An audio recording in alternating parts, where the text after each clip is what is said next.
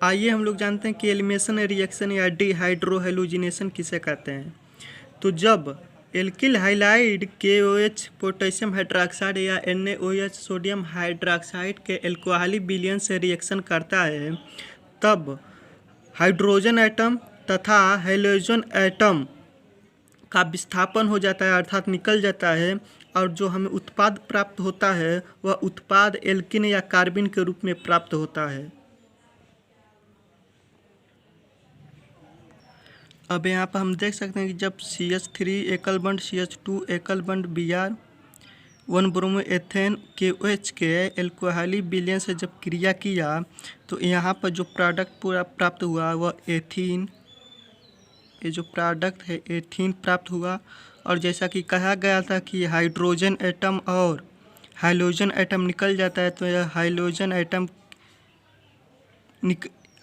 Atom निकल गया यहाँ से हाइड्रोजन एटम, तो यहाँ से हाइड्रोजन एटम निकल के H2O बना लिया पानी, और पोटेशियम यहाँ पर हाइलोजन एटम निकल के KBr बना लिया।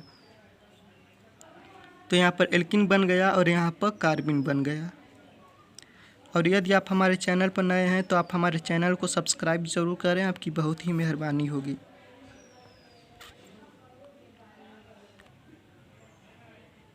जब एक एल्किल हाइलाइड KOH के एल्कोहली विलयन से क्रिया करता है तो उत्पाद एल्किन या कार्बिन के रूप में प्राप्त होता है।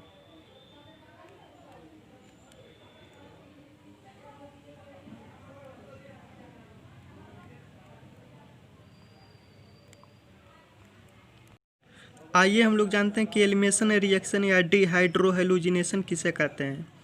तो जब alkyl halide KOH potassium hydroxide या NaOH सोडियम हाइड्रोक्साइड के एल्कोहली विलयन से रिएक्शन करता है तब हाइड्रोजन एटम तथा हैलोजन एटम का विस्थापन हो जाता है अर्थात निकल जाता है, और जो हमें उत्पाद प्राप्त होता है वह उत्पाद एल्किन या कार्बिन के रूप में प्राप्त होता है। अब यहाँ पर हम देख सकते हैं कि जब CH3 एकल बंड CH2 एकल बंड Br 1 ब्रोमो एथेन KOH के एल्कोहली विलयन से जब क्रिया किया तो यहाँ पर जो प्रोडक्ट पूरा प्राप्त हुआ वह एथीन, ये जो प्रोडक्ट है एथीन प्राप्त हुआ। और जैसा कि कहा गया था कि हाइड्रोजन एटम और हाइलोजन एटम निकल जाता है, तो यह हाइलोजन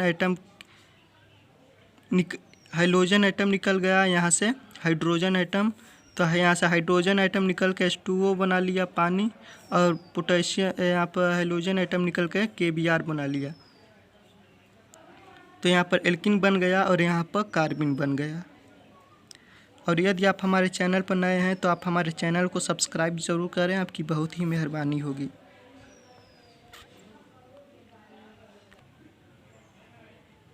जब एक एल्किल हाइलाइड KOH के एल्कोहली विलयन से क्रिया करता है तो उत्पाद एल्किन या कार्बिन के रूप में प्राप्त होता है।